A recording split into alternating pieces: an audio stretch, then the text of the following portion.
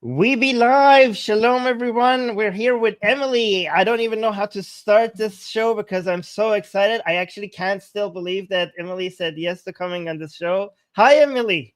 Hi, it's an honor to be here. I'm a big fan and I'm very, very excited to chat with you today, along with everyone else listening. So, yeah, good to be here. Okay, you just made my day by saying that. I don't know. I'm going to be a little bit too excited during this show, so I'm going to try to maintain some professionalism. No promises. Okay, but thank you so much for being here. When I put your name on the title and the cover, some people thought like, yeah, sure, Armin, like in your dreams. But yeah, well, Oh, here, really? That's Emily so is here. funny.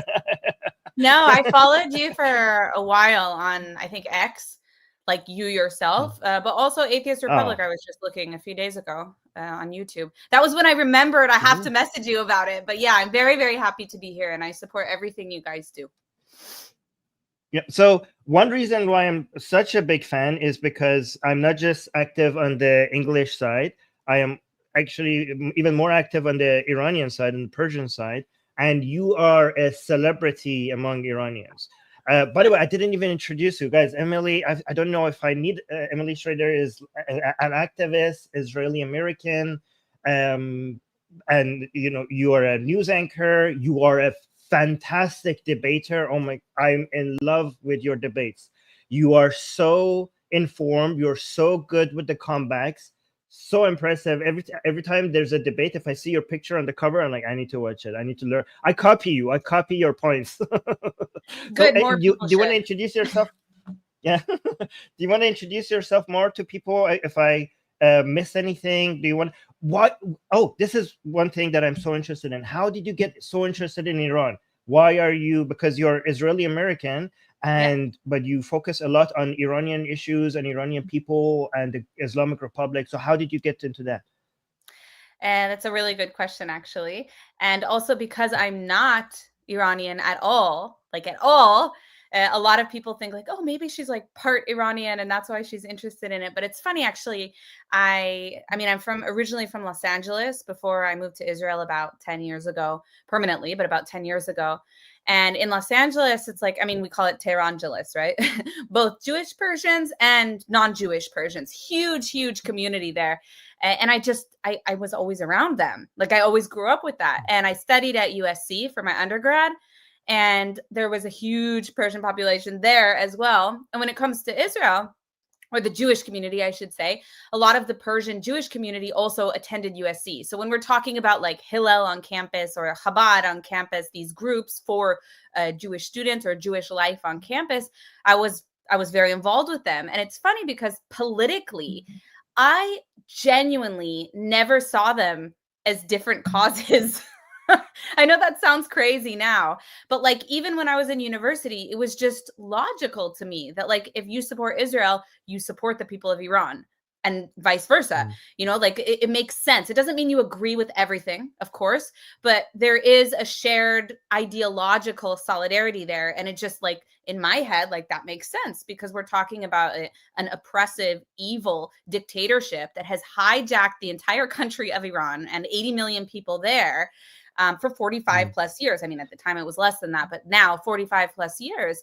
And so when we're talking about the battle against Islamic extremism and terrorism and support for these terror groups, or in the case of the Islamic regime, actually building these terrorist organizations all around the Middle East that disproportionately harm Arab Muslims even more than it harms Israel. I mean, of course I'm against it. Of course we have to speak out against it. Of course that regime is against every single value that is enshrined and protected in the American Constitution, not to mention civil rights, which are protected in the state of Israel as a democracy. So for me, it was always logical that I would be active and follow and speak out against the Islamic regime in Iran. And I only realized a few years later that like a lot of the Jewish community doesn't really know these things. They don't really understand how bad this regime really is for the West, okay? We're not even talking about complex Middle Eastern politics, but for themselves, for their own survival and well-being, and for the marketplace of ideas, which has now been really hijacked by dictatorships thanks to social media and how they can pervert that. But that's another issue I'm sure we'll get into. But that was sort of how I came into following the issues with Iran. It was always on my radar. I did a lot of work for women's rights and women's issues. So it's logical, of course, that I followed everything happening both in Afghanistan and throughout the Middle East, but also in Iran, given that those are the two worst places in the world to be a woman right now, Iran and Afghanistan, which is very, very sad because, Iran prior to the Islamic Republic was one of the most progressive, certainly in the Middle East. I think they were the most progressive country, up there with Israel, perhaps even more so at the time. And they were right up there with most of the Western world as well. And instead, they've had 45 years of being taken the other direction by these, Neanderthals who have taken over the country. No offense to Neanderthals. They're what? actually, yeah. No offense to Neanderthals.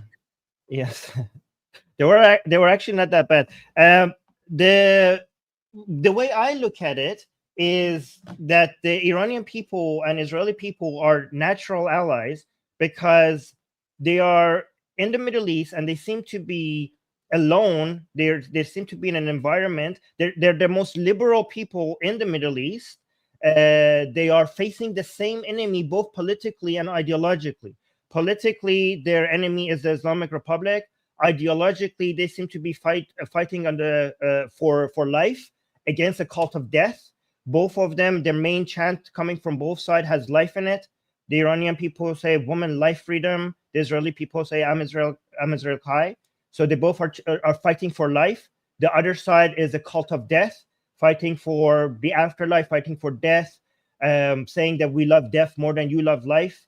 I don't know. A lot of pro-regime people insult us as life lovers. Do you know that this is an insult by them? We receive the same thing from Hamas, from Palestinian society. We hear this a lot, that our strength is that we love death. And like, what? Right. Okay. But yeah, this is so, of course, we see more clearly, I think, than ever, like the divide, like and I hate framing it this way because I feel like as individuals, there's a lot of common ground we can find with people different than us. But when it comes to this issue, I mean, it really is getting closer and closer to the point where like you're either with us and fighting for freedom and for life and for equality and all these other things, these values that over the centuries, human beings have progressed to understand as a society, they're important to an individual and society's happiness and success and survival. Or are you going to stand with the people who want to kill everyone, including in many cases themselves? It should be clear to anybody, but unfortunately it's not the way things are going right now. Yeah, but I wouldn't do it binary. I would leave a room in the middle for people who are confused, who have no idea what's happening, and they're just trying to survive. So a lot of people are like in the middle somewhere there as well. I don't want to, because I think like a lot of people don't have the luxury of spending time analyzing these things. They're just trying to figure out how to survive. So yeah. By the way, you are right now in a bunker. Okay, so I ask your permission because there's a lot more, because apparently we're getting close to a ceasefire. So Hezbollah is basically trying to get as many missiles there as possible before a ceasefire. So just in case you hear alarms or something, guys, Emily is right now in a bunker because the missiles are being sent her way, and we don't know what might happen at any second. So this is a reality that a lot of Israeli people always have to deal with. Has it been normalized, or is it still stressful? Like, how do you deal with something like that? I mean, I don't know that there's any right way to deal with it. But I would say like it's been more than a year of this off and on. In Tel Aviv, where I am, it's a little bit it's been hit a little bit less hard than like the north or at the beginning of the war, right around Gaza, the communities around Gaza that were attacked on October 7th. So it's not as bad here. But I will say it's not really something you ever get used to. It's always stressful because you just don't know where it's going to land, or you don't know what's going to happen next. But at the same time, I think myself and all of Israeli society, like, we don't stop doing anything we would have done before. And this is something that's like within the ethos of the country. You got to keep going. You got to keep going. There is no other option. As terrible as it is and as tragic as it is, this is something that that Israelis are actually very good at. Lots of things we need to work on still, but this is something that we're very good at, that you don't stop living just because people are attacking you and just because people are trying to destroy the country. You find joy where you can. And if that means that like you're at a coffee shop with your friends and a siren goes off and you all go to the bomb shelter together and you wait for 10 or 15 minutes until you see if the Iron Dome had shot down any of these rockets or if it was hitting an area that's close to you, after that amount of time, you go back. And you go back to your lunch and you continue. You don't go home and cower all day long. You keep living the best that you can. Now, I'm home and by myself. So, of course, I prefer to be in a bomb shelter rather than be surprised and have to run. But at the same time, I wouldn't let it stop me from anything that I was planning to do. That's fantastic. By the way, I saw Sarah said Sarah is the person who's highlighting the comments, and she wanted me to. She was saying hi to you. So thank you, Sarah, for highlighting the comments, and she said hi to Emily. Hi. Speaking of threats, first of all, before we went live, I was saying, because I felt, when you were in a bunker hiding from Hezbollah, it's the Iranian regime that funds Hezbollah, and I was saying because I'm Iranian, so I was saying sorry, Emily, for this regime. And then I was like, wait a minute, I'm not sorry. It's the previous generation that did the revolution. So they should be saying sorry. By the way, they should be. This is something that is among us Iranian. It's a very sensitive topic. So a lot of people from the previous generation, if they supported the 1979 revolution, we don't accept them if they're criticizing the government right now, if they still think the revolution was a good idea. That's a huge red line for us, right? So we have a couple of tests. We have a Qasem test. We have a Pahlavi test. We have an Israel test, and we have a 1979 test. So we ask them what their views are on Israel, what their views are on Qasem Soleimani, what their views are on Reza Pahlavi, and they could criticize Reza Pahlavi, but if they are just like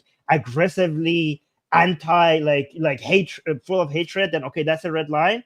And one of the tests is, what do they think about the 1979 revolution? If they think it was a good idea, but then this regime ruined it, that's a fail. So these are the tests that we have to see who's on our side. That's a very good test. I'll have to use it when I'm trying to find out where people I'm meeting stand. I think it's a very good one. Yeah. So, by the way, I do want to talk about Reza Pahlavi at some point. But speaking of threats, you have received a lot of death threats because of your activism from inside Iran, from pro-regime people, right?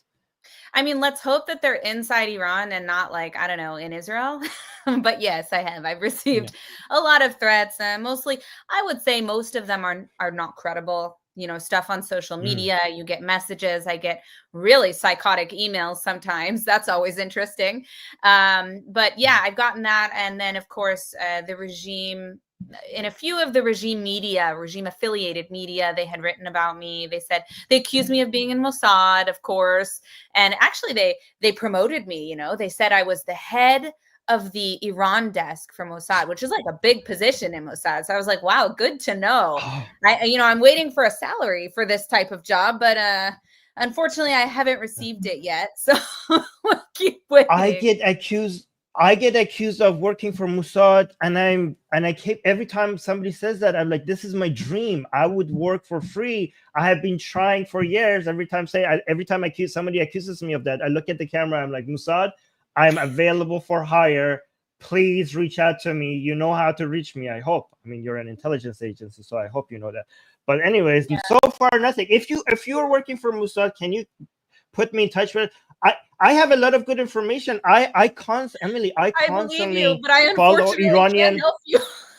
No, let's pretend that you are connected with Mossad. I follow pro-regime social media, their content. I'm in their groups. I'm spending every day following their content, like the pro-regime Iranians. Okay, so I have a lot of deep analysis for anybody who wants it. So hopefully somebody from Mossad is watching this. Is watching, yeah. Yeah. Okay, so speaking of solutions, so I asked you the questions that I know our audience wants to hear from you, like your support for the Iranian people and stuff. But I have some questions that I want to because I've seen how smart you are and how good your analysis is. And this is not for you guys, okay? This is really, I want to see what your answers to this are. How do you see this, both with regards to Gaza? How do you see this going? Like, right now, Israel is doing all the right things, in my opinion. Mostly, actually. But how do you see this being solved? How do you see this? I don't see any solution other than the fall of the Islamic Republic. But do you see, because right now, if you look at the situation in Gaza, there's so many people there. I mean, Israel is winning. This is fantastic. But at the end of the day, there are a lot of radical people in Gaza. Fortunately, I'm seeing more and more people in Gaza are becoming anti-Hamas. I've seen the latest polls, so that's very good to see. But still, there's a huge population there, so we cannot. I don't think like Israel should ever let go of Gaza ever again. But what is the solution? Like the two-state solution, I don't see it as a solution, because we don't want another Islamic Republic right next to Israel. If Israel ever lets go of this area, it's easy to make this an independent country that legally could stockpile weapons right so close to Tel Aviv. That will really put Israel's survival at risk in ways that a lot of people don't realize. I think they should hold it, but we don't. But if the two-state solution is not the answer, well, if the one-state solution, is there a way to de-radicalize these people? Because the one-state solution means that eventually they have to become Israeli citizens. Like, how do we get there? Like, do you have any ideas? I think you are going to need a few generations of Palestinians to get to that point. I mean, as you mentioned, there's a huge problem of incitement, of adherence to this Islamist pro-terror mentality. In the immediate aftermath, the week after October 7th, about 80% of Palestinians, 79 in Gaza and 83 in the West Bank, yes, it was higher in the West Bank, said that they supported Hamas's actions of October 7th. I'm very happy to see that that number has drastically reduced in Gaza. However, the fact remains that in Palestinian society as a whole, it's what they're taught. It's what they're taught from infancy until the day that they die, that they are the victims, that Israel stole land from them, that Israel is occupying something that belongs to them, that they are actually indigenous, that Jews came here as colonizers, and when literally every single thing I just mentioned is false. The land was legally acquired. It was purchased over many, many decades, a lot of it by private Jewish organizations, if you want to go way back. All of these claims that they make are false. It's rooted in a false narrative. Now, does that mean that they don't exist, or they don't have a right, or that they should, God forbid, be killed or anything like that? No, of course not. If they want to have a state and they want to self-determine, whatever, go for it. I don't care.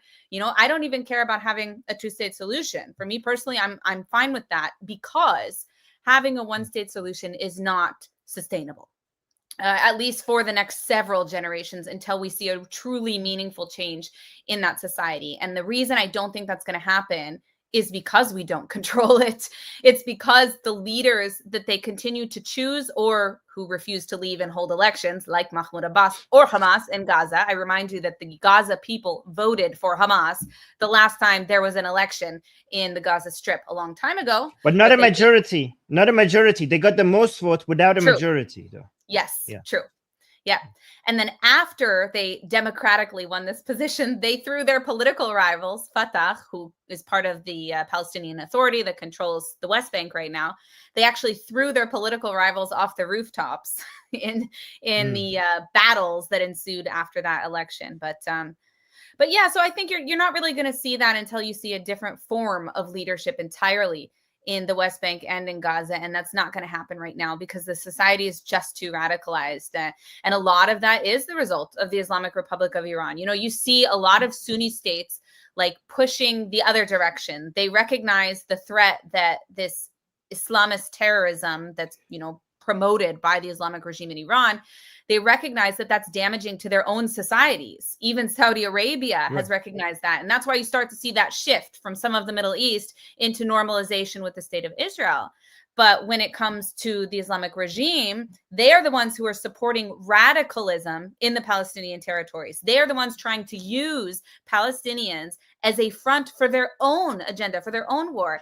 And instead of having Palestinian leadership who stands up and says, absolutely not, this is not the future we want a two-state solution, we want our own state, we want to be successful and peaceful and expand and grow as a country, they are accepting this. They're accepting this, and they're working with the Islamic regime in Iran, even in some cases against their own Sunni Muslim brothers. And it's Right. craziness. And the Palestinians, they really, the leadership at least, they never miss an opportunity to miss an opportunity. It's really true. And we've seen that Right. throughout history, that they have continued to reject various peace offers. But when it comes to the solution, I'm rambling. When it comes to the solution long term, I don't think that there is any ideal solution on the horizon. That's one. Two, in the long term, I also don't think and will never support a one-state solution because A, the radicalism within Palestinian society, but B, the majority of the country population-wise would then be Muslim. And that, of course, would endanger Israel's existence as a Jewish state. And I think it's something very, very important, even looking historically. It's something very, very important for there to be a Jewish state. And if we don't give them full citizenship and we don't allow them to have full democratic rights, well, then that's the dream come true of all the radicals who accuse Israel falsely of being an apartheid state. And we don't want that either. We Right. want to stay a Jewish and democratic state in the Middle East. And I don't see any reason why other people shouldn't support that as well. Okay, so I see what you're saying. So I'm not talking about one right now for one state solution. I'm talking about multiple generations down the road, like keeping the status quo, because the two-state solution, you're saying they're too radicalized, so we cannot have the one-state solution. But I would say, okay, they're too radicalized. That's why we cannot have the two-state solution. Because now, Right, because the fact that, yeah, go on.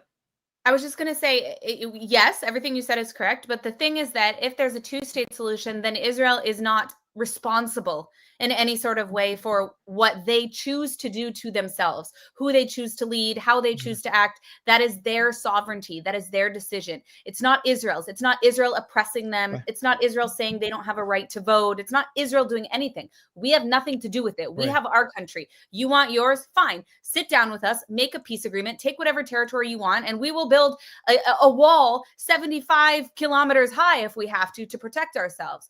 But we aren't at that point yet. Also because they can't self-govern. Yeah, so I will say this, and then we will move on to the solution we're on.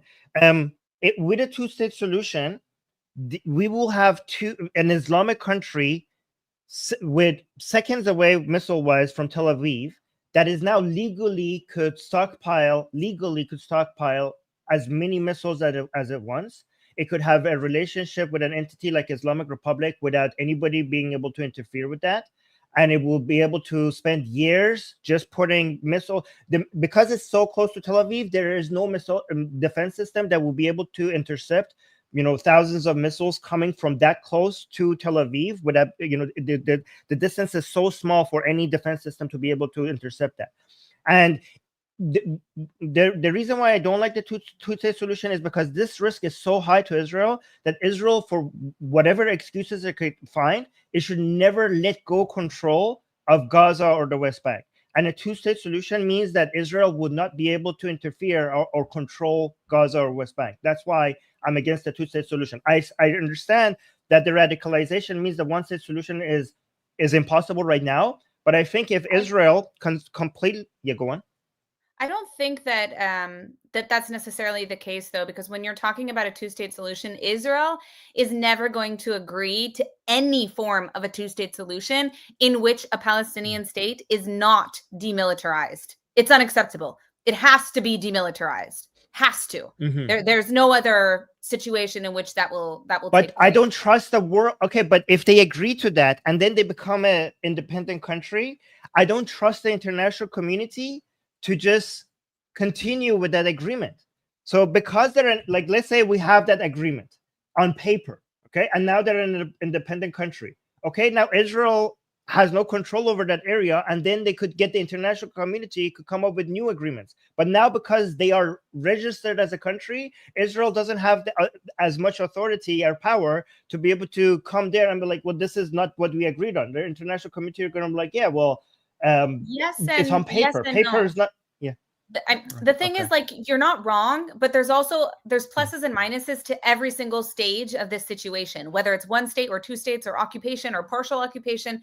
And the thing is that even if what you're saying is correct, enforcement, of course, will be a problem. We definitely don't trust the international community. Definitely not. I mean, look at UNIFIL, look at Gaza, what you're saying. You're right. You don't have more than 15 seconds for a lot of those communities on the Gaza border when it comes to Hamas firing rockets. So that is correct. However, some of the challenges that Israel has faced in this war and wars previously are because we can't hold Palestinians accountable at a state level in international bodies. If they are a state, there are also other opportunities to use lawfare against them, which is what they're trying to do with Israel, to hold them accountable in different ways. So some doors close, other doors open. It's just a matter of it being the right time in which they are moderate enough to be able to self-sustain themselves somehow without posing a risk to us. So yes, there's always going to be this challenge. It's not like we have an agreement and it's over. Right. I just think like I trust Israel's military over international law to be able to control the Palestinians. That's why I don't want Israel to let go. When it comes to the one, you know what, I'm going to tell you something that might surprise you. The majority of the Palestinians that I've met agree with you. I actually spoke to them about, because you always hear, oh, end the occupation, end the occupation. Do you think that Palestinians in the West Bank really want Israel to end the occupation? Because if Israel ends the occupation, do you know what happens to the very, very little freedom that there is already in the Palestinian Authority? It's gone. It's gone overnight. Islamists will win. End of story.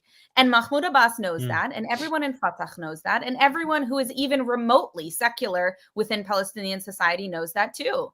And that's a very, very serious risk. They might say in front of a camera, yes, we need to end the occupation, but privately, and what I have heard, in fact, exclusively from Palestinians is, oh my God, we don't want occupation to end. Are you kidding? You know what that would mean for us?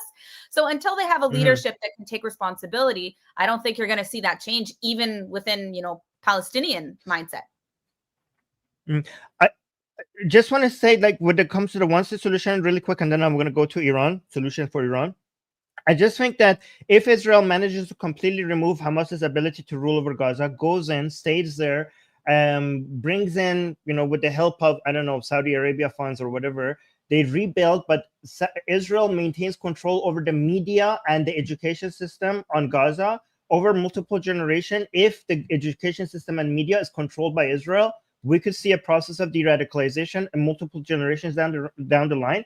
And I know this can happen. We have seen it with radicals from Japan after World War II. We have seen that from Nazi Germany. We have seen it from Arab Muslims who are Israeli citizens, who are feeling more and more Israeli since October 7th. They feel more nationalistic. They want, like, the numbers are increasing crazy high. So we see this is possible. Like, people underestimate how much change could happen in a short amount of time. I think if Israel goes to Gaza, provides infrastructure, and gives the people there hope, like, it shows that, people saw the difference between the two sides of the Berlin Wall, and they decided that they don't want the capitalist side.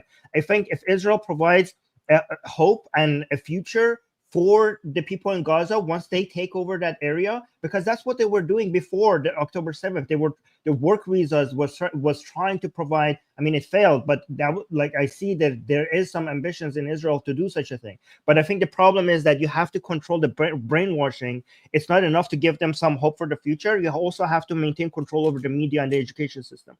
I think if you do that, multiple generations down the road, you could see some Palestinians, not the current Palestinians, but maybe their grandchildren, that will be proper Israeli citizens, but just like the Arabs and Muslims in Israel right now, the 20%. But go on, not all of them though. But yeah. I was actually going to say, I totally agree with you. In fact, one of my critiques of occupation in the West Bank is that, like, a military occupation, okay, fine, it's the result of a war. Sometimes it's legal and sometimes it's illegal, depending on the situation and the context of the war that occurred.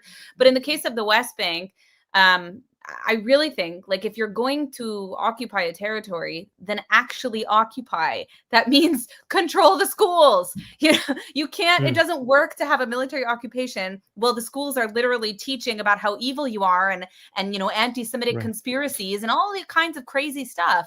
It's no wonder that there's radicalism. You have to control the education system. And you're absolutely correct. I think the Arab Israeli population is probably the least radical, perhaps in the entire Middle East, both, you know, Muslim and Jewish, Muslim and Christian and Druze, of course.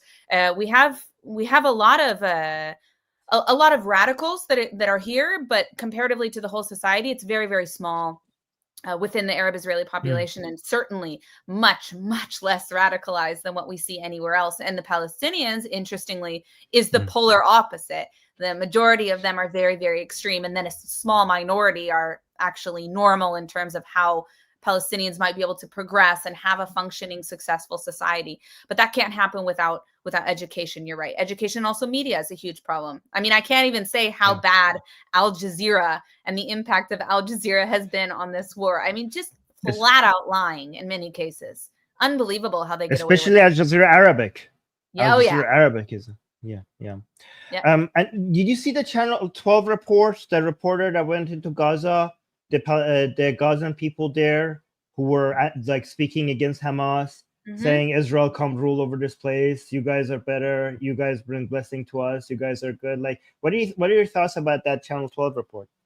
I'm not surprised. I think after a year of war, they're probably pretty desperate, and I do pity those who are innocent. However, I do have to say at the same time that, you know, you in the thousands, okay, not like 5 people, in the tens of thousands really across Gaza, celebrated on October 7th. You know that we still have 101 hostages in the Gaza Strip. There is several individuals, philanthropists, and also the Prime Minister himself have offered millions of dollars in exchange for information, in exchange for the safe return of any of our hostages, including, by the way, bodies of those who have already been killed by Hamas. And we saw the footage from October 7th when Palestinians were celebrating in the streets and they were beating in some cases, already dead bodies of hostages. And so, yeah, it's good that people are changing their minds a little bit about what Hamas really is and what the result of Hamas's behavior is. But at the same time, I'm very skeptical about this because, you know, if you really had changed your mind, then you would be working with Israel and you would be doing everything you can to help us get those hostages home. Because if those hostages are home, even if you're against Israel, if you're on the other side, Israel has no excuse. You know what I'm saying? Right. But when you say you to them, it's just like, it's true that many of them are insane, radical, brainwashed people. But it's just that I don't know if I could say you to all of them, because there are some of them who are not like that, you know. Sure. I mean, but were they working with us on October 7th to bring back our hostages? Have they provided information about where they are? To be honest, I'm not brave. I wouldn't be brave enough to go against Hamas, given that I see what they do to people who. So Hamas is brutal. I might surprise you, but I think perhaps the Iranians kind of ruined my sympathy on this issue because it's very hard for me to say, like, well, you know, they're living in a dictatorship and it's very hard for them because they might face consequences. First of all, they're facing consequences anyway. Unfortunate, but they are facing consequences anyway as a result of a war, period. It's dangerous for everyone involved, including, by the way, our hostages. But when you see 16-year-olds standing on the streets in Tehran face to face with Basiji forces because they don't want to wear hijab and they want to not live under Sharia law and they want the end of the Islamic regime in Iran, and they lose an eye for it. I'm sorry, I don't have very much sympathy for you in Gaza. It's very hard for me to find sympathy when I see other people risking everything for a power much, much worse. I see what you're saying, but the difference is that in Iran, we, the people who think like that, we're the majority. So emotionally, you become emboldened to speak out, okay? But in Gaza, those types of views are the minority, okay? And right, but they don't have to do it publicly. You know what I'm saying? I get being afraid of Hamas, but nobody provided information about where our hostages are. How can that be? 2 million people and no one I provided mean, we don't information know at all. that because, okay, so here's what I would say, okay? That even if it's 5% or 10%, okay, of people in Gaza that are like that, I Mhm. think it's important for us to encourage that. Agreed. Yeah. Strategically. So looking at them, encouraging them, welcoming them, instead of like grouping them all together. So I agree with you. Like the majority there might have views that we cannot, you know, work with, right? But even when we see even a small minority of them having views that we think this is in the right direction, I think it's important to accept that instead of grouping them with the rest of the, even if they haven't Oh, done I as don't much group as we them with want. I don't group them with the rest of everyone. Of course, there are people Okay. who are against Hamas that were against Hamas even before October 7th.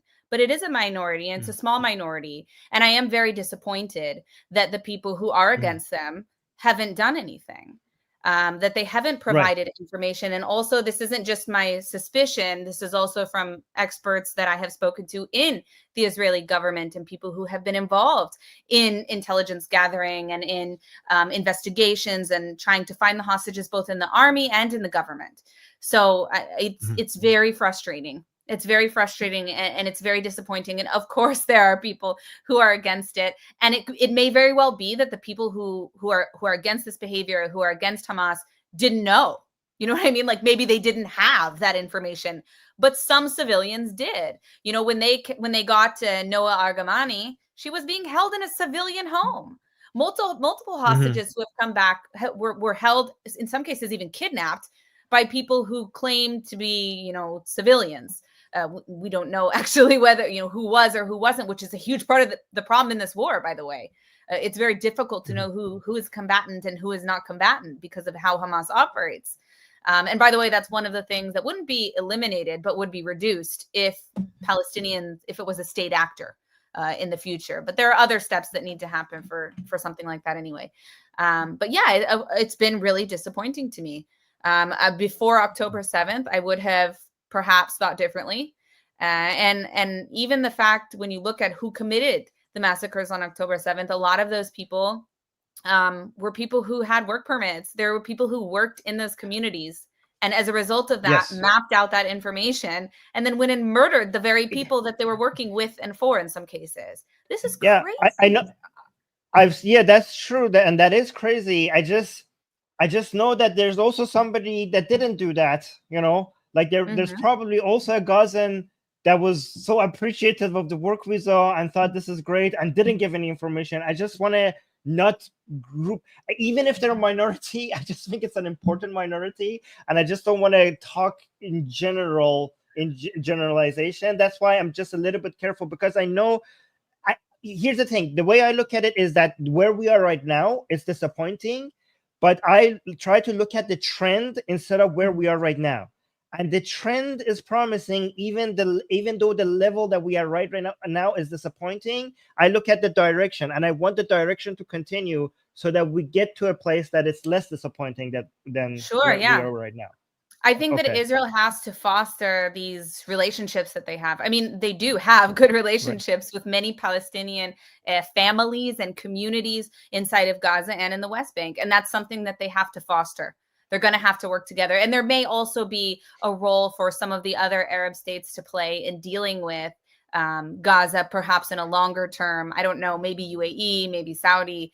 They're going to have to figure something out because I don't think that, let's say that, you know, a pro-normalization government comes into Gaza, they're not going to stay in power yet because there's too much radicalism within the society still. So I absolutely, Israel needs to foster that and elevate the voices who are working against Hamas and who are looking for a better future for the people of Gaza. Of course, it can. See, you say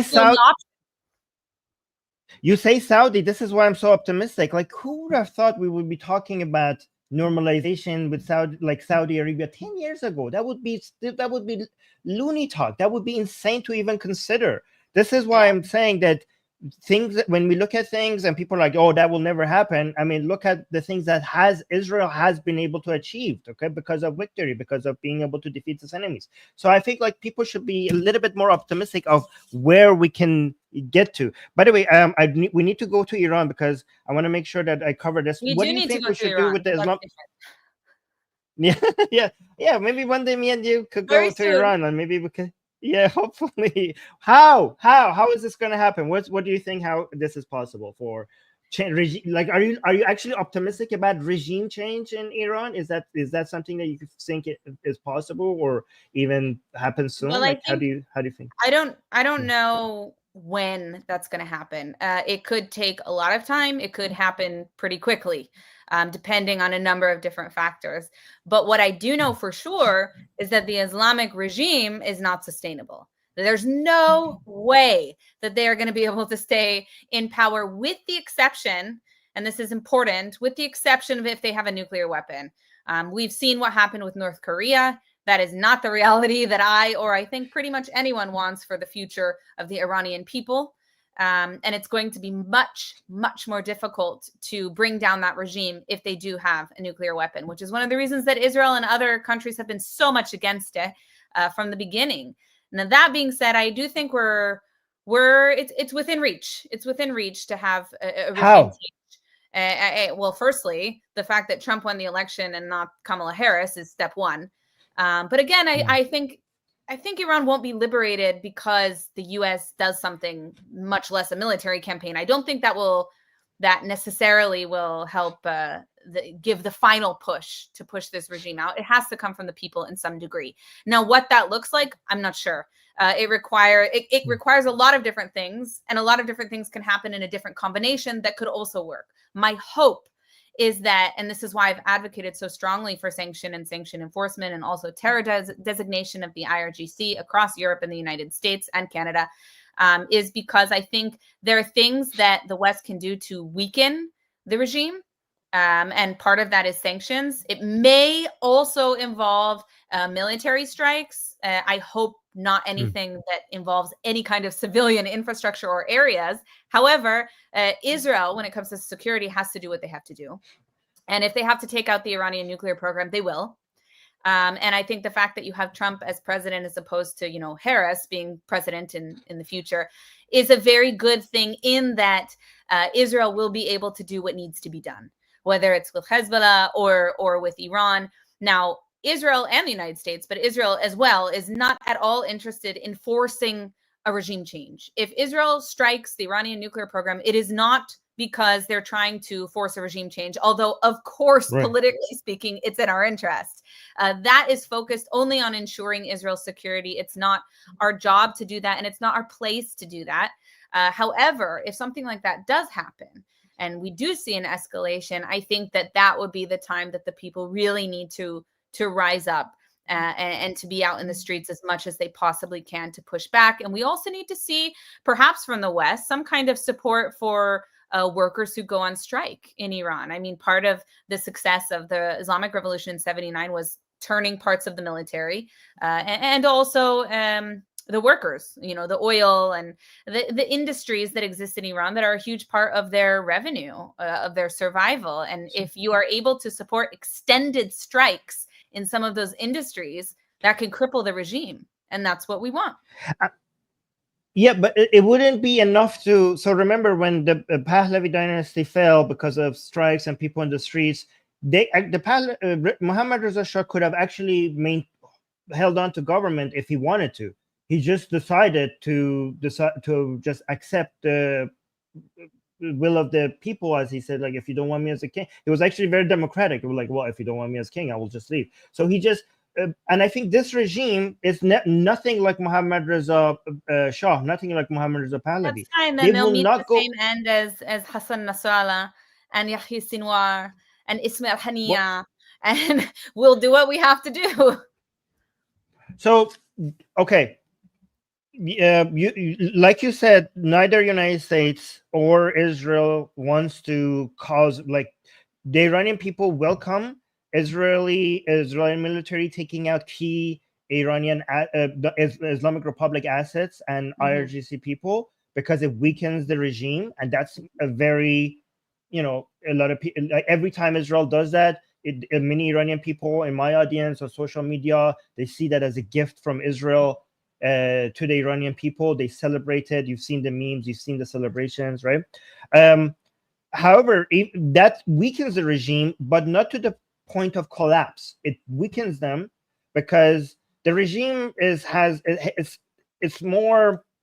has more structure and institutions than Hezbollah that relies on the charisma of Nasrallah, or these are just proxies. The IRGC has enough people to put back in place. It's devastating to them. It weakens them, but not to the point of collapse.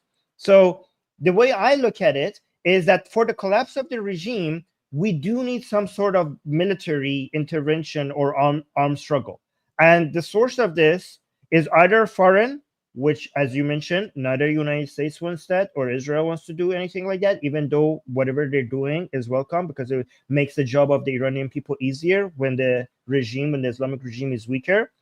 Or either the Iranian people have to get armed, and I don't think that is realistic because the types of arms that the regime has access to is way more powerful than whatever arms the Iranian people could get access to.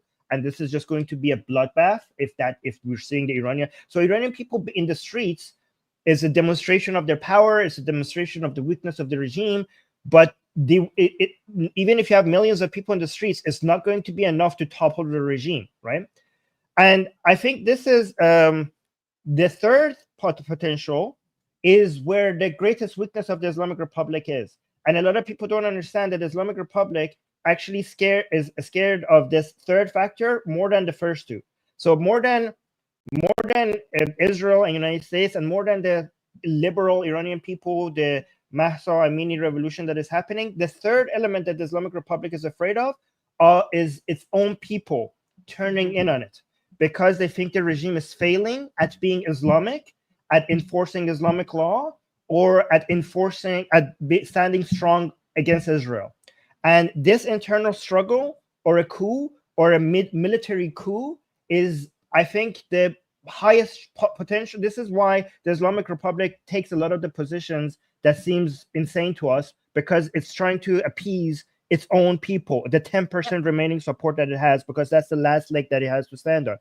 And that's what we have to understand, this weakness. And the two things that will make their own pro-regime people turn on the regime is Israel demonstrating the weakness of the Islamic Republic by doing things that the Islamic Republic cannot retaliate against, and demonstrating how pathetic the regime has become, and Iranian women taking off their hijab and the regime being incapable of forcing Iranian women to put back their hijab on. That's a signal to the Islamic pro-regime people that this is so-called Islamic regime is incapable of forcing Islamic law. These two together are basically the two blades of one scissor that might turn the regime on itself. So that's the way I see that we have to use the divide that they have amongst themselves to topple the regime. What do you think? 100%. I mean, I think this is also something that Israel is probably very, very familiar with, and on top of, and also something different than when we were talking before about Palestinians. You don't see a lot of Palestinians volunteering information, but there's a lot of Iranians who are ready to give information. Even people within the regime are like, enough. Okay. I know that there have been a lot of people who have defected, people who have given information, not just to Israel, but also to European countries, Germany, France, etc. So definitely this is a problem. I mean, they're a mafia. There are people inside the regime against the regime, because that's how mafias are. There are people who think they're too extreme. And of course, as you mentioned, there are people who think they're not extreme enough. And that's why they take insane positions on some things. But yeah, I think I would agree with almost everything that you said in regards to actually bringing down the regime. I don't think it's going to happen unless you see part of the Iranian military turn, which is kind of like what we saw in 79. You've got to, you're right. There needs to be some amount of arms. If it's not foreign, there needs to be some amount of arms in the hands of Iranians who are willing to fight against the government itself in some sort of coup. Yeah. That is what would need to happen for the final coffin, nail in the coffin. Right. So we have two Iranian militaries. One is the IRGC and the other one is the Artesh. So the IRGC, we have less hope for that because both the body and the leaders are too radicalized. the Artesh, the leaders are also radicalized because they changed the leaders. They brought them from the IRGC. But the body, there's potential there, more potential there, the body of the Artesh to get people to defect and basically turn against the regime. So that's what Reza Pahlavi is also working on trying to get people from the military to turn against the military. What do you think about Reza Pahlavi's role in all of this? I know you talked to him and you had a lot of people. By the way, for people who are joining us new, I mentioned this at the beginning of the show. Emily, when you put on videos, like I follow Iranian social media a lot, and your videos are so popular among Iranians. They quickly get translated. They put Persian subtitles in them, and they go everywhere. They like explode everywhere.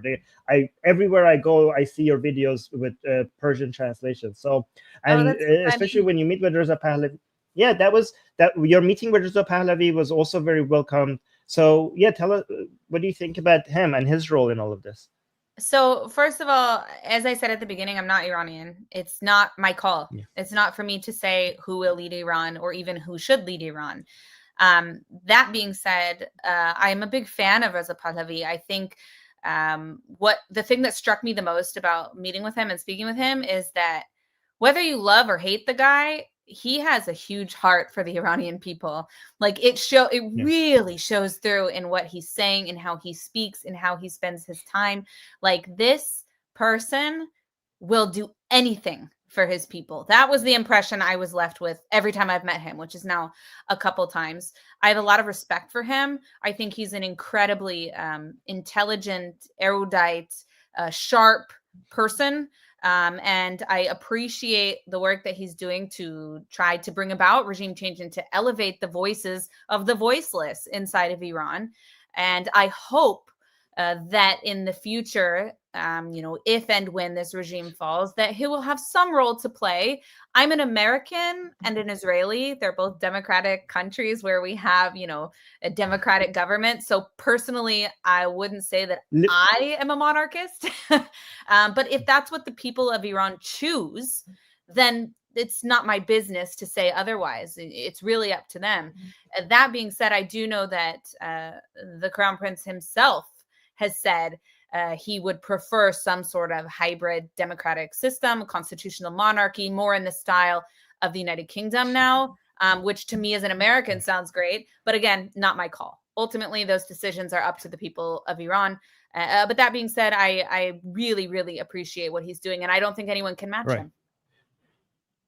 So that was perfectly said. The way I know a lot of his fans would not like me saying this, but I think the question of who would lead Iran is not, that's up to we will have a referendum. That's not the point right now. When I look at Reza Pahlavi, I don't care right now about whether he will be a leader after the regime falls or not. I only care about what he can do right now. That's a question that the Iranian people could vote on when they have the chance. Right now, whether he's going to be king or prime minister, I don't know. We will have elections. Right now, I see him as somebody that is doing a lot of great work in amplifying the voice of Iranian people in places where it matters. That's all I care about. I don't really care whether he's going to be a king or not later. Yeah. I just want to add one more thing to that. Not only is he doing a lot of work to elevate the voices from Iran, but he's also doing more work than I think anybody to talk to the West, to try to knock some sense into them when it comes to dealing with the Islamic Republic. And in some ways, he's been successful in that. In some ways, he still has a long way to go, like in some of the European countries. But nobody else is doing that. He's really doing everything he can to push back and to make sure that decision makers have the proper information to deal with the Islamic Republic. And some of them, increasingly, I think more are listening, but yeah, it takes time. Right. And also I want to defend the monarchists, even though I'm not a monarchist. I prefer a republic, a parliamentary republic. However, to defend the monarchists, they don't want an absolute monarchy. They want a constitutional monarchy. We have polls that shows that. And a constitutional monarchy is technically also a republic with a king that it has a symbolic role. Like a Right. constitutional monarchy has a prime minister, has a parliament, people vote. It's a liberal country with elections, with a democracy. And I actually prefer not to be a constitutional monarchy because I think Reza Pahlavi could be an effective politician, maybe a prime minister. And if you have a constitutional monarchy and if you want to make him the king, he would only have a symbolic role. So why not? That's actually Why a very lose? interesting point. I've never thought of that before, but Yeah. it's true. Yeah. I mean, if you want to make a constitutional monarchy, can you make his daughter the queen and just allow him to remain not a king so that we could probably have him as a prime minister or a president or something so that he has more managerial role? That's the way I look at it. Yeah, I get it. But again, I don't want people to say that when you said like you believe in democracy, I just want to make it clear that the monarchists, they also want democracy. I mean, Reza Pahlavi himself is one of the most liberal people I know. He's a constitutional monarchist. Yeah. Yeah, constitutional monarchy where the monarch has basically no executive role. It's just basically the same as the UK. It's a culture. Yeah, the same as the UK, basically. And again, most monarchists and also Republican Iranians, most of them have agreed that we will have a referendum on whether we're going to have a republic or a constitutional monarchy, and whoever that referendum will decide the type of the government, and whatever that referendum says, we will agree to that, and that we care more about the country being a liberal, secular democracy more than the form of the government is less important than the content of the government. As long as the content is a liberal, secular democracy, we're good, so we could have a referendum about that. Okay, so I know you said 1 hour, so I have only 4 more minutes. Oh, before I ask you this question, guys, please make sure you subscribe to Emily's channel. I know she's already famous and she doesn't need my promotion, but I put her channel's URL. My smallest channel is YouTube. Huh? So my smallest channel is YouTube. So I need the support. Okay, good. Because you're already huge on Facebook, Instagram, Twitter, everywhere. Your YouTube needs working. And because we're on YouTube right now, this is actually effective promotion then. Okay, I'm happy. Guys, go subscribe to Emily's channel so that her YouTube could also grow. But speaking of YouTube channels, I'm going to put this on then. Because I was going to ask you about bridge making between Iranian people and Israeli people. So for people who don't know, Atheist Republic has an English channel, and we also have a Persian channel called Jumhuriye Bi Khodayan, which means Atheist Republic in Persian. And that channel, the audience is mostly Iranians. It's 80% from Iranians inside Iran, 20% is either Iranians outside of Iran or Afghans or Tajiks or other people who speak Persian, right? So we are using that channel to, support liberalism, secular democracy. We fight back against radicalism and against Islam as a whole, to be honest. For people who might not like that, that's what we do. But we also use that channel to defend Israel. And I think we have done a really good work to convince even many Iranians who were kind of like in the middle, like who weren't sure, to become aggressively pro-Israel. We have had in the past couple of months, we have people who were even supportive of Israel, but wouldn't call themselves Zionists. Now, if you see in our live chat, people, because I tell people that I'm proudly a Zionist, a lot of Iranians in our chat, like, oh, I'm proudly a Zionist. So we have done a very good job trying to defend Israel inside Iran. And I just want to, I want to see what ideas you have to. By the way, would you come one day on the Persian channel? I will translate whatever you say on Monday? To Persian. Huh? On Monday or someday? No, someday. If you want to do Monday, never mind. I will change that to Monday. Of course, I will. I said someday. Of course. Okay, fantastic. Okay, whenever you can, I will take it. Fantastic. Okay, so what do you think? Like, we have only we're already getting over 1 hour. So last question: what are your ideas on? Because I think the best Iranian people need Israeli people, and I think Israeli people need Iranian people because we're both fighting the same enemy. But we need to introduce these groups of people with each other. Do you have any ideas on how we could do that more effectively, other than what you've been doing so far already? Well, I mean, I think that our options are somewhat limited because of who's in charge when it comes to the country itself. However, first and foremost, social media has been a huge opportunity and a huge tool Right. for Iranians to understand who Israelis are and to speak with them directly, and vice versa. And I want to encourage, first of all, I want to thank everyone who's reached out to me. I don't even have time to answer all of the messages, but it's really, really powerful and heartwarming to see that solidarity. And also, you were right at the very beginning of this episode. You said something about how we're natural allies and historical allies, and that is very true. I mean, going back thousands of years to the time of Cyrus the Great, like these two civilizations, historically speaking, are both indigenous to the Middle East, the greater Middle East, to the land of Israel here. The Jewish community, the Jewish people are from this land. And the same when it comes to Iranians. Now, they have both dealt with, colonizations and wars over many, many centuries. So there's a lot of shared common, for lack of a better term, oppression that both people have faced in this region. And I think that having a free and, democratic Iran could be a very, very powerful message to the Middle East. I was just having a conversation the other day about how most of the West views the Middle East as being the Arab world. And that's incorrect, of course, because it's only even considered the Arab world as a result of colonization, of Arab colonization across this region, the indigenous groups, of which the Arabs are one of them, but they're just one of them. There's Yazidis, there's Berbers, there's Kurds, there's Amazigh, there's Jews, of course, there's Druze, there's Azeris, there's all different kinds of groups also inside of Iran, Persian and non-Persian, who are all part of the Iranian nation. And those are sort of glossed over and ignored, or not, people in the West aren't even aware. Most people think that Iran is an Arab country in the West. Most people think that. They think most? Yes. Still? Yes. 100%. 100%. If you walk on the street in America and you ask people what language do they speak in Iran, 95% of them will say Arabic. Not that there's anything.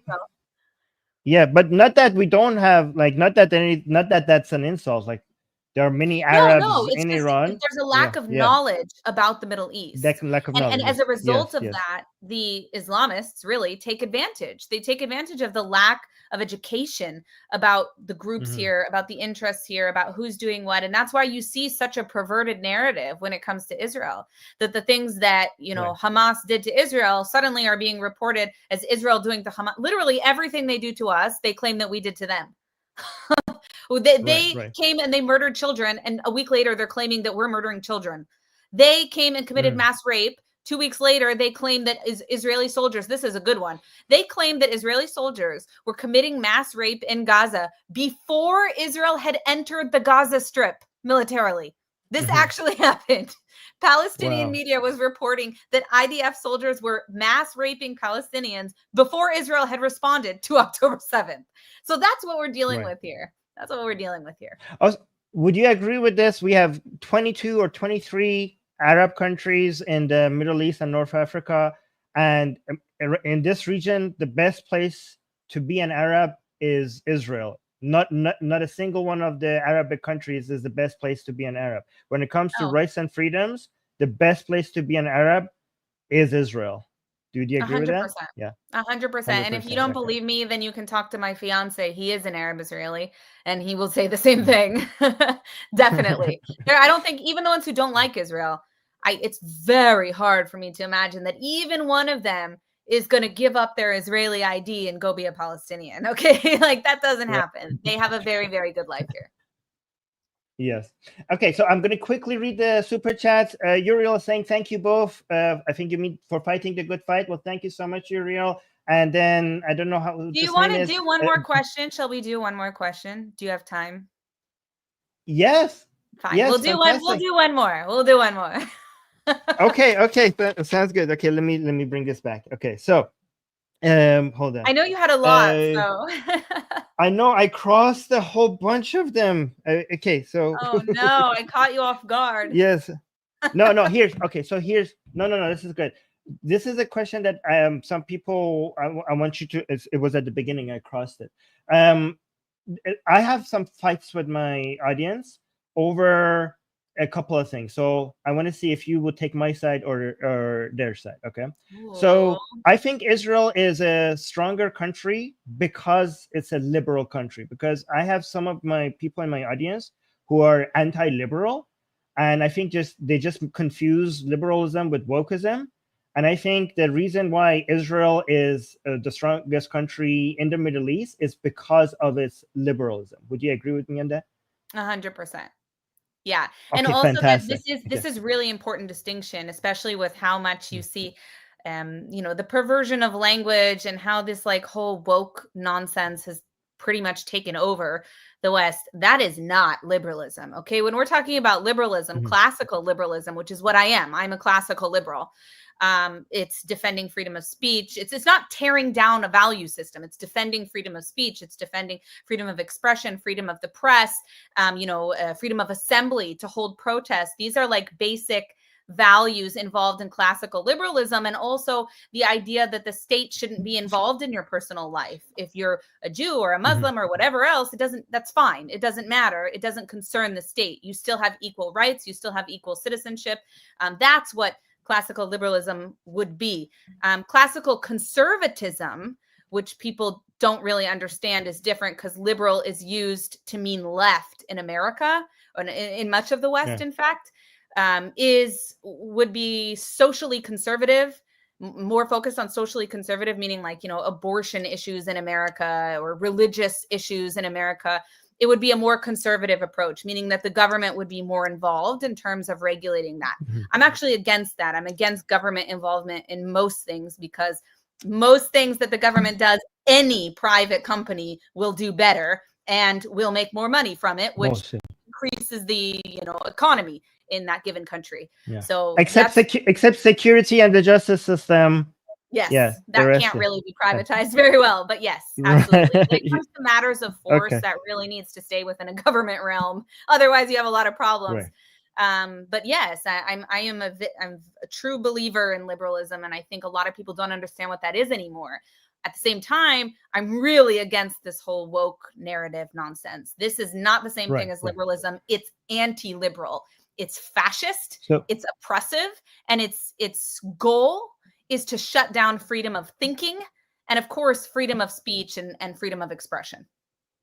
Okay, so, and you also consider yourself a feminist. Okay, so feminism is good. There are woke versions of feminist is bad. I consider myself both in support of feminists and men's rights activists, as long as they remain liberal, because men also have like some suicide issues or some things that both of them need attention. But you consider yourself a feminist, and that's not a woke position. That's a liberal position. No, of course it's not a woke position. It's also not an anti-male position.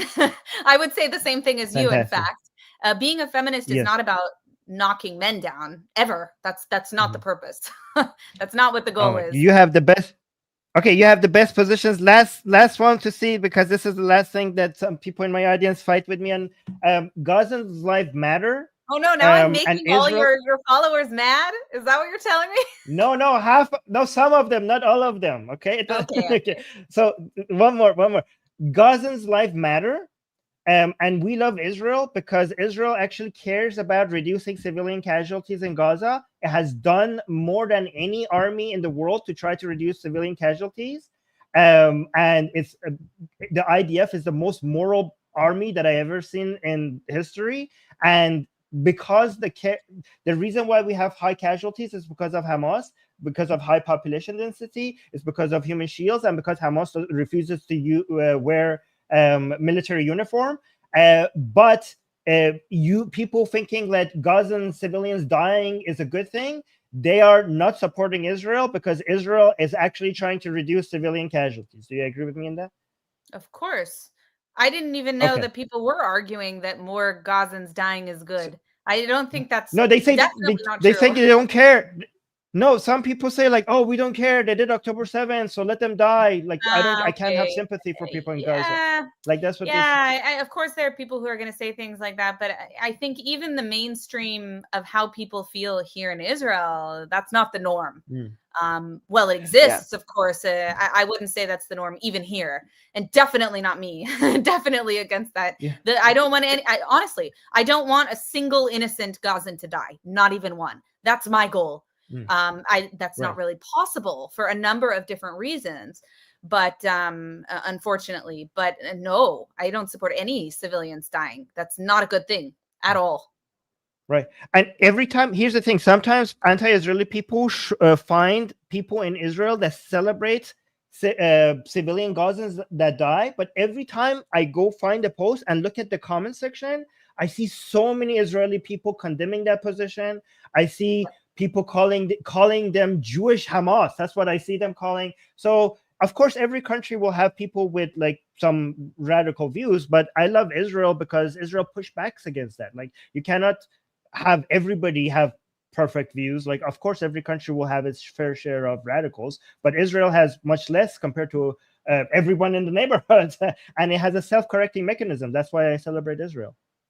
Yeah, I mean, I think there's always room for improvement. Of course, there are things about our current government that I don't like. I didn't vote for Netanyahu. I know Iranians love him. I didn't vote for Netanyahu, and I won't vote for Netanyahu. But I'm not like a crazy person who hates him. You know, like there's some people who are like obsessively against him. I don't think that's You criticize him. Yeah, there are policy decisions I don't agree with, both before and after October 7th. Yeah, I think it's something very known within Israel that a lot of people don't realize, that if and when you see someone do something or say something racist or support, unjustified violence, you pretty much universally see condemnation from the left to the right. This is not something that Israelis want to see their society, whether they're religious or secular or even Arab or Jewish. You don't see that. We're against that type of behavior. Doesn't mean it never happens. Okay, there are attacks, there are race-based attacks, there are some problems with fanatic, like hardcore right-wing Jewish groups, and by Jewish groups who I mean like really small, like several dozen people who are far right that have carried out attacks, even violent attacks, and it's hideous and it's inexcusable and it's ugly. And it doesn't represent anything about what we stand for as a society. And that's why you saw everybody from the prime minister to the president to the leader of the opposition condemn that behavior. That's not something that we accept. We don't want any groups engaging in these kinds of racist attacks. And so, yeah, I'm not surprised at all to hear that when you see someone making a statement that, on its face sounds genocidal, it's not surprising to me at all that you see a lot of Israelis responding, being like, no, you're the problem, because I would say the same thing. Yeah, but I noticed some Israelis looking at Iranians so aggressively supporting Netanyahu, and some Israelis who are critical of Netanyahu thinking that's a bit too much. I just want to say to those Israelis who are critical of Netanyahu that the Iranian people have never had somebody coming out and taking out their oppressors. Okay, so please understand that these are the people who have made life a living hell for Iranian people. So if somebody comes out and gives them a taste of their own medicine, don't blame the Iranian people for just celebrating that more than maybe some Israeli think it's justified. We have never had it this good. This is the things that Israel is doing to some officials in Iran are the things that many Iranian people wish they could do themselves. So they celebrate if somebody else is doing it for them. So that's why you see such aggressive support. I just wanted to. I will say that a lot of the work that I have done when it comes to Iran and the Iranian issue is also educating Israeli society. We think of Iran because it's usually spoken about in the media, unfortunately using the term Iran instead of the Islamic Republic or the Islamic regime. But when people think about Iran, they think of it as an enemy, despite the fact that historically this wasn't the case at all. We were allies. And so when they think of it, they just think of it as, oh, it's, Hamas, Hezbollah, all the IRGC, whatever, they're the same things. And they're not the same things. So a lot of the work that I've done is to differentiate between like when you think of a country or an entity that's fighting against Israel, as I mentioned at the beginning, that the majority of Palestinians actually supported terrorism. And it's been that way even, since the second Intifada. That is not Iran. That is not the Iranian people. So I've done a lot of work to try to push back against this and help people understand, like, these people are our allies. These people understand more than anybody in the West what we go through as Israeli citizens. And I think it's really important for both sides to understand that. Yeah, of course, there's going to be Iranians who hate Israel, and there's going to be people who don't hate Israel, but just don't really like how Israel is acting. All of those are like, okay, people are entitled to their opinions. But majority speaking, the majority of the Israeli people want peace with Iran. They want solidarity with the Iranian people. They stand against the regime. And the same is, I don't want to speak for Iranians, better than me, but many Iranians feel the same way in reverse, that they support the right of Israel to exist, even if they don't support specific actions of the state of Israel and, or the leadership. That's fine to have criticism, but Israel has a right to exist and to be free as a democratic country, as a people who are from the Middle East, who are indigenous to the Middle East, just as the people of Iran deserve that too. Yeah. I mean, the levels of support for Israel in Iran is growing. I mean, in the Middle East, maybe even in the world, you won't find more support for Israel outside of Israel more than Iran. The level of support for Israel is aggressively growing in Iran. The point that I get attacked for criticizing Netanyahu sometimes from my own audience on the Persian channel. I had Iranians get mad at me about criticizing Netanyahu, and I'm like, I'm the Israeli. Yeah, I like when I criticize Netanyahu, Israelis don't attack me, but Iranians attack me on my Persian channel for criticizing Netanyahu for even the slightest criticism. Like, oh my God. So yeah, it's very, very funny. It's very funny. Right. I will add one more thing. I did the together with an Iranian based in California, Human. We put together a mural campaign in Israel, which actually started before October 7th. So now we've put up 18 murals of support for the Iranian people all over Israel. So we have murals that depict some of the victims of, the protests for women life freedom. We have a mural with, whose face? Oh, Kian Pirfalak. So he's on there, and Nika, yes. Wow. is on several murals. Masa Amini, of course, is on many murals that we have throughout the country, and we have them all over. Jerusalem, Nazareth, which is the largest Arab city, and this is really interesting. I will send you everything. I will send you everything. Okay. Yeah, but the mural in Nazareth, it's actually on land that's owned by a Muslim, on a property that's managed by a Christian, painted by an Israeli Jew, in solidarity with the Iranian people. So it's really, really amazing to see this sort of like coming together of support from different groups in the Middle East, all Israeli in this case, but coming together to support the Iranian people both before and after October 7th. The murals we've continued with, also, we feature different athletes, and we had the one who got in trouble for removing hijab at the Olympics. We have a mural of her at one of our major sports centers. So it's really, really exciting to see that. And one of the things I've learned from it is that Israelis are actually learning a lot about all of these people, all of these Iranians who have spoken up, who have in some cases paid the ultimate sacrifice for raising their voice and speaking out against the Islamic regime. And it's really, really amazing to see like both sides, with time starting to understand each other better. And I hope that continues. And it's one of my main goals in life right now to push this relationship.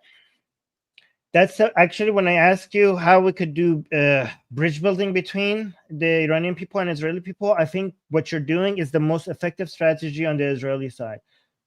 Effectively communicating in Israel how different the Iranian people are from the government. That's what we need the most. So thank you so much for doing that. This is exactly what we need. A lot of Iranian people appreciate you for doing all the work you do. Okay, so can I quickly read the super chat? By the way, somebody in the chat was asking for the link into the Persian channel. I posted in the live chat. This is the link to the Persian channel if anybody wants to go check it out or tell other people. Can I quickly just read 4 super chats because I promised people to read the super chats. Yeah, go for it. Okay. I don't know how to pronounce your name, but they could have I think he or she is talking about the the two-state solution or one-state two-state solution. conversation. Yeah. So he or she is saying they could have migrant status if they go for one-state solution, no voting rights unless they get cleared. If they mess up, they lose voting rights. Yeah, I'm not a legal expert. Maybe we could be I don't know what phasing like the a legal slow progress. complications of that are either. Also, I mean, maybe there's a circumstance in which it would be legal, but personally, I have a bit of an ideological problem with that because I think that if someone is living in the country, that they should have equal rights and equal citizenship, regardless of their ethnicity or whatever. Obviously, that's kind of a weird situation in this conflict. And that's the reason why I said I wouldn't support a one-state solution, because I wouldn't support a law that differentiates on the basis of race, personally. Because that other people's opinions, and maybe there's a solution that could work. But like, you know, I know, Armin, you are more of a one-state person than me. But because that would be, it's not apartheid right now because the Palestinians are not Israeli citizens, so that's why it's not apartheid. So you're worried about that. Arab Israelis have equal rights. Yes, the ones who are citizens have actually more than equal rights, to be honest, because they don't have to do the army. Yes. So it's apartheid actually against the Jews. It is apartheid. Jews are not allowed to enter the Temple Mount complex either. Oh, okay. So see, the accusations of apartheid is correct, except it's just anti-Jewish. Yeah. No, I'm just kidding.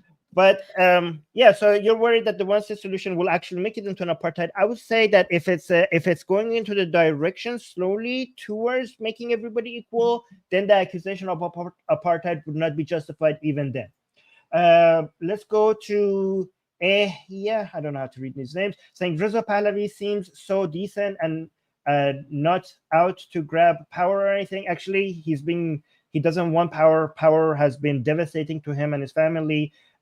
So if it was up to him, he would stay away from all of this if it was the best thing for him personally. And then it continues saying, reminds me of King Juan Carlos, who stepped in post-dictatorship Spain to facilitate the transition to democracy. Okay.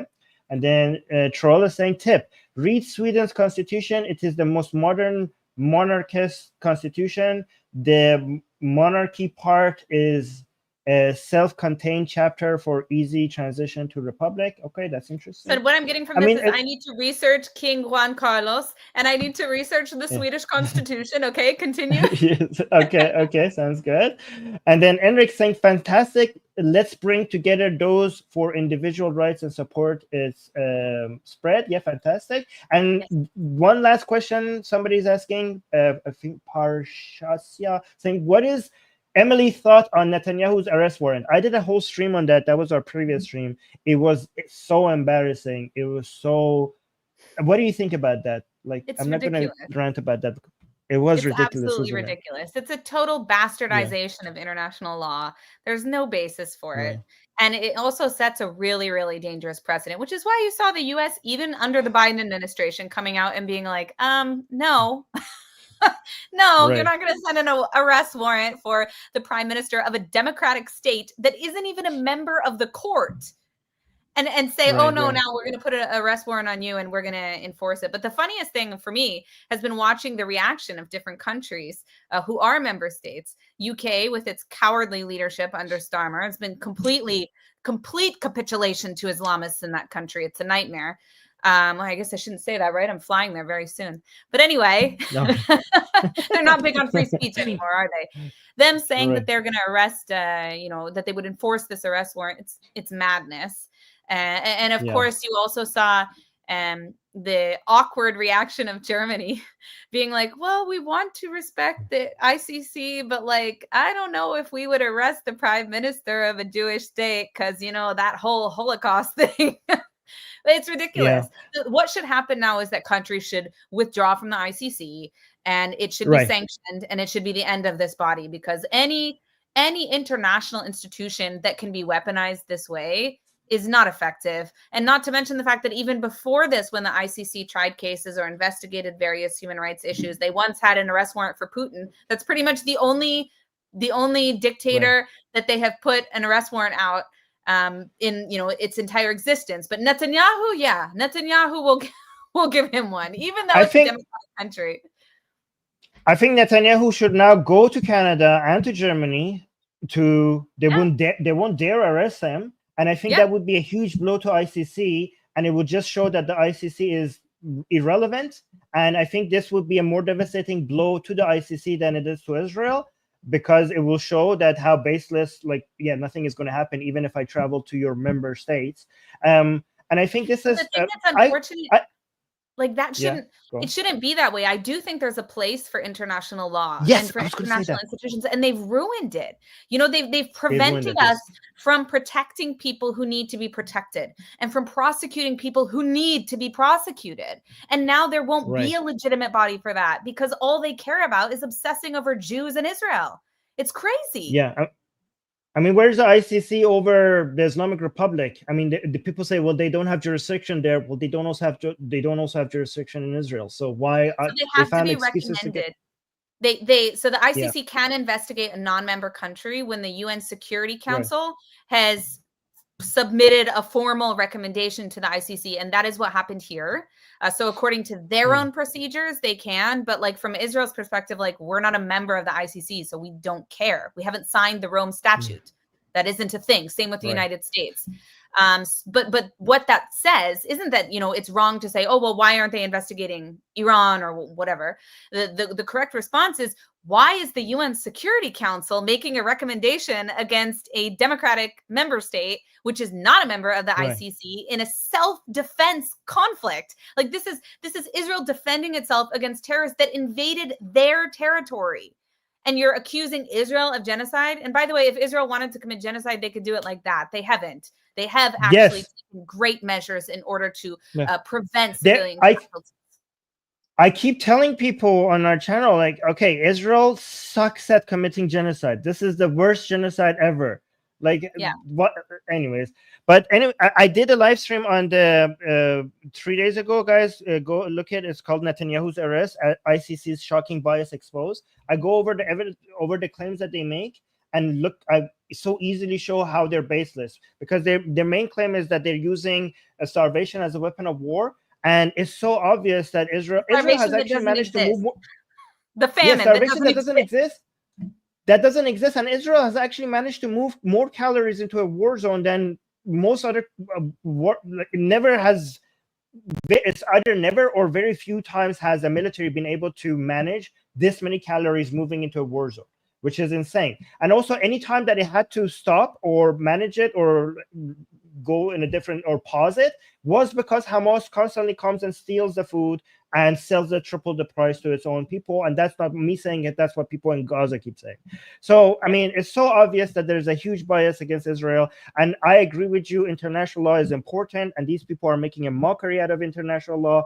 They're making it less effective. And actually, the main people who suffer from that are the Palestinian people, because Israel has done more than international law, trying to in its war has a higher standard for itself than what the international law requires, and the world is rewarding Israel by constantly condemning it and accusing it, which creates less motivation for Israelis to abide by these standards at some, and that's actually worse for the Palestinian people. Worse for us too, by the way. How can I, as a journalist, hold my country accountable when what people are saying about it has absolutely no basis in reality? You know, racism exists. Apartheid does not. When I'm constantly defending Israel against the libelous accusation of apartheid, how can I then call out the real racism that sometimes does exist, as it does in any country, in any conflict, in any society? So it makes it more difficult for us to demand what's right internally as well. Yeah, fantastic. Okay, that was perfectly said. I couldn't agree anymore. Anyways, I took advantage of your time. You said 1 hour, and now we're an hour and a half. So thank you so much for being so generous, guys. Again, please go and subscribe to Emily's channel. Again, I'll put it in the live chat. I also put it in the description. It's the top link in the description. So it's a shame that Emily's YouTube channel is not as large as her other social media outlets. So please. Yes, good. Okay, so make it happen, guys. Make it happen. Anyways, bye, guys, and thank you so much, Emily. I don't know. I said thank you so many times, and I'm going to say it one more time. Thank you so much for being here. I still can't believe this is real, but thank you for being here. Thank you. Thank you. It was really fun. I enjoyed it, and hopefully I'll come back on soon, whether the Persian or this one again. Oh, that would be great. Thank you so much. Okay. All right. Bye, Bye. everyone. Okay. Bye. Okay.